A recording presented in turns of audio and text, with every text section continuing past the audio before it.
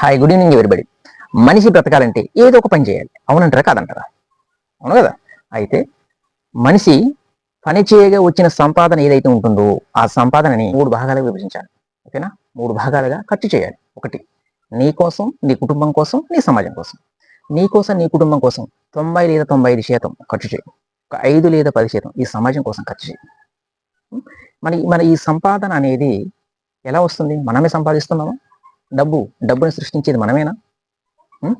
కష్టపడుతున్నాం, ఓకే, శ్రమ మనదే. కానీ డబ్బు ఎలా వస్తుంది? డబ్బును మనం సృష్టిస్తున్నామా?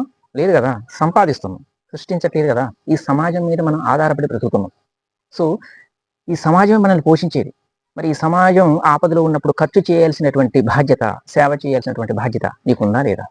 మనందరికీ ఉంది. నీకు, నాకు, మనిషిగా పుట్టిన ప్రతి ఒక్కరికి కూడా సామాజిక బాధ్యత ఉంటుంది. ఓకేనా? నువ్వు 90% ఖర్చు చేస్తావా? 80% ఖర్చు చేస్తావా? 60% ఖర్చు చేస్తావా? 5% ఖర్చు చేస్తావా? 1% ఖర్చు చేస్తావా? అది నీ ఇష్టం. కానీ కంపల్సరీ చేయాలి. సామాజిక బాధ్యత మనిషిగా పుట్టినటువంటి ప్రతి ఒక్కరి బాధ్యత. ఓకేనా? Thank you.